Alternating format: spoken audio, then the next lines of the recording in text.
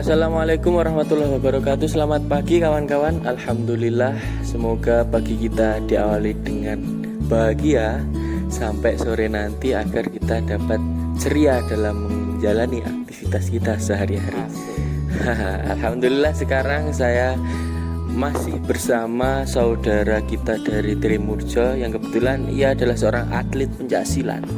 Nah, kebetulan pada pagi hari ini kita akan membahas seputaran pencaksilat. Apa sih itu pencaksilat? Bagaimana dan apa tujuan pencaksilat? Yang mungkin orang awam seperti saya sendiri itu kurang begitu dalam memahami mengenai pencaksilat. Ya, kebetulan langsung saja. Selamat pagi Mas Yogi.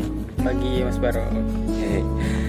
Nah, Mas Yogi ini kan seorang atlet pencaksilat yang sudah melanglang buana di mana-mana ya Mas Yogi ya. Nah, menurut Mas Yogi sendiri apa sih itu pencaksilat? Ya, kalau dibilang pencaksilat itu menurut saya itu adalah sebuah permainan ya Mas Baro.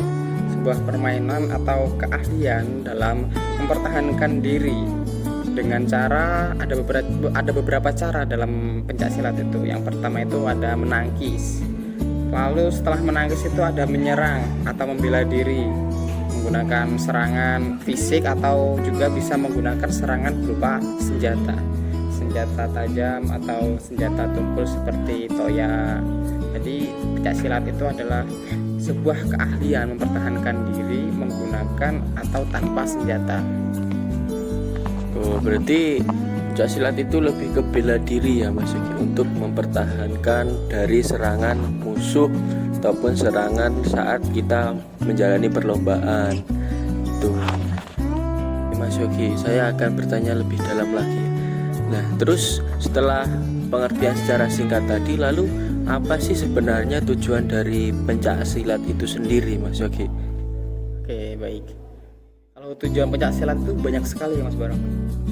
Yang pertama itu adalah bisa untuk menyalurkan sebuah bakat minat. Jadi dalam pencaksilat itu biasanya kan kita lihat kan ada kejuaraan-kejuaraan pencaksilat. Nah, itu adalah suatu bakat yang dilatih seseorang untuk berlatih pencaksilat, lalu mengikuti perlombaan-perlombaan untuk mengharumkan nama bangsa, untuk membanggakan kedua orang tua. Itu adalah suatu bakat yang sangat berguna untuk dirinya.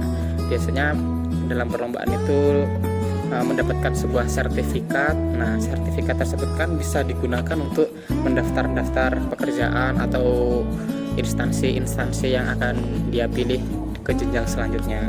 Dan yang kedua itu bisa membentuk jiwa sehat. Jadi berlatih silat itu kan termasuk olahraga kan ya. Dalam olahraga itu kan pasti kita banyak gerak. Tentu saja itu membuat badan kita sehat dan jiwa kita sehat. Jadi sangat penting sekali belajar pencaksilat itu untuk menyehatkan badan kita.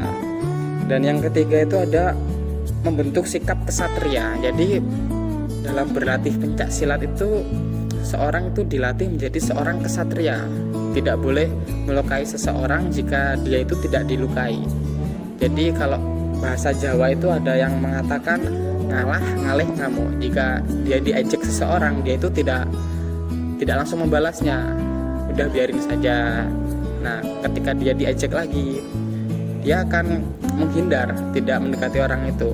Tapi jika dia tetap diejek lagi, dia akan menanggapi ejekan tersebut dengan keahliannya tersebut.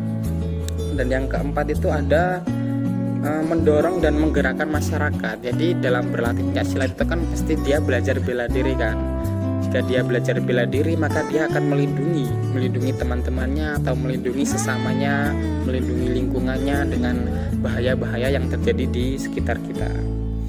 Dan yang terakhir itu adalah mendidik generasi muda supaya tidak terjerumus ke dalam pergaulan bebas dan penggunaan obat terlarang. Jadi di dalam pencaksilat itu diajarkan untuk tidak bergaul itu secara sembarangan atau menggunakan apapun obat-obatan terlarang, itu tidak boleh Mas. Ya, berarti sangat dalam sekali ya tujuan dari pencaksilat itu sendiri. Mulai dari masalah sosial, persaudaraan, masalah kesehatan, sampai bahkan dalam pencaksilat ada larangan untuk menggunakan obat-obat terlarang agar tetap menjaga tubuhnya tetap bugar, sehat, baik secara pribadi ataupun secara untuk pertandingan nanti gitu ya. Akan rugi jika dia itu sudah berlatih pencak silat tapi menggunakan obat-obatan terlarang, maka akan rusak tubuhnya. Percuma dia berlatih bertahun-tahun untuk menyehatkan tubuhnya, untuk membugarkan tubuhnya, melatih ototnya yang sudah bagus tapi dirusak oleh obat-obatan terlarang. Itu sangat rugi sekali. Ya bahkan kalau bicara obat terlarang itu tidak hanya untuk orang pencaksilat saja, seorang umum saja akan rusak jika menggunakan obat-obatan terlarang. Apalagi orang yang cenderung beraktivitas olahraga tetapi kok masih menggunakan obat-obat terlarang, itu sangat tidak baik sekali ya Mas Yogi ya. Ya Mas Yogi, ini kan saya termasuk orang awam ya dalam pencaksilat. Nah, di kampung saya bahkan ada sebagian keluarga saya itu yang berstigma bahwasanya pencaksilat itu tercenderung ke arah-arah yang tanda kutip dunia hitam gitu. Bahkan ada ngeri ya, bahkan ada mereka yang sangat tidak suka sekali jika ada orang-orang yang berseragam pencaksilat, bahwasanya menganggap wah apa sih itu, pasti tidak pernah ya ilmu hitam, klinik dan lain-lain seperti itu. Nah itu sendiri menurut Mas Yogi itu gimana mengenai stigma masyarakat yang seperti itu? Sebelum saya terjebur ke dalam pencaksilat sendiri, bahkan saya pernah beranggapan seperti itu Mas Barong. Dan dulu saya itu adalah orang yang penakut. Jadi motivasi saya untuk belajar pencaksilat itu untuk menjadi pemberani. Jadi waktu saya belajar pencaksilat itu sekitar kelas 8 SMP. Jadi saya mulai mengikuti pencaksilat, mulai mengikuti pelatihan yang diawali dari siang hari. Berarti siang hari selama berapa bulan dan dilanjutkan di malam hari. Nah, di malam hari itu kita diajarkan untuk berani ke dalam menghadapi ketakutan, seperti di kegelapan malam kita disuruh berjalan sendiri di gelap-gelapan malam di hutan-hutan itu Mas. Nah, kalau menanggapi tentang stigma masyarakat itu ya pasti orang-orang beranggapan itu bahwa kok pencaksilat itu tuh memakai baju yang hitam-hitam, memakai mori. Nah, kebetulan pencaksilat yang saya ikuti itu kan adalah PSHT ya Mas ya, Persaudaraan Setia Hati Ternate, yang berbaju hitam-hitam semua dan menggunakan sabuk itu mori. Jadi sering sekali saya mendengar masyarakat itu wah itu pasti kayak penganut setan, bajunya hitam-hitam, memakai sabuk mori.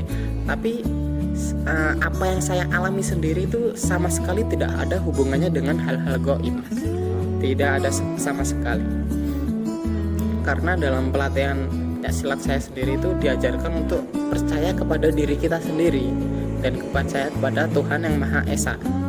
Tidak ada sama sekali untuk percaya kepada hal-hal gaib seperti setan, jimat, itu tidak ada Mas. Dan ketika seorang pencaksilat itu kok dipukul itu tidak sakit, itu sebenarnya tetap sakit Mas, cuman dia itu terbiasa dipukul, jadi rasa itu kelamaan itu menjadi sebuah hal biasa, jadi tidak dirasa. Jadi kebalnya itu karena terbiasa, bukan karena hal-hal gaib seperti isian, jimat, itu tidak ada sama sekali Mas.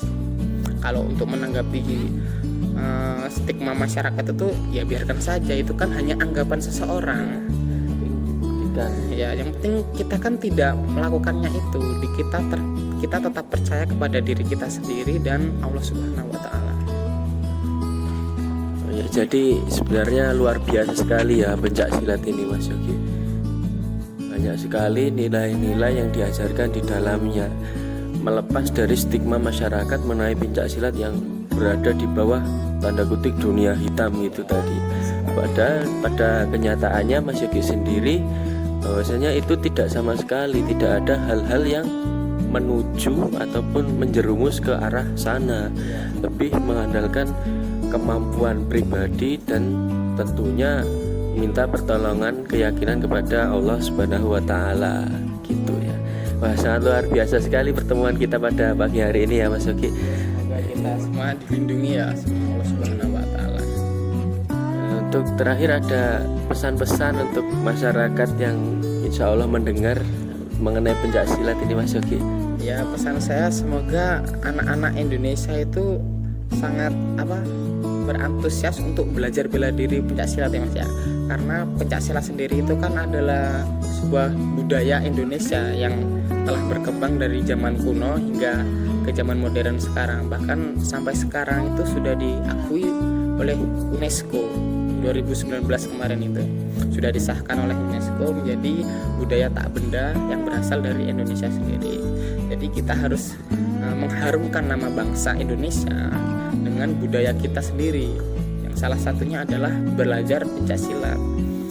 Dan pencaksilat juga sudah mengikuti beberapa perlombaan yang mendunia seperti Asian Games, itu kan pernah beberapa kali menang ya dalam perlombaan itu, seperti Hanifan YK, Wewe Wita, dan Mas Denny Apresiani. Itu kan membawa Indonesia menuju ke dunia, mengharumkan nama Indonesia dengan budayanya kita sendiri, dengan belajar pencaksilat.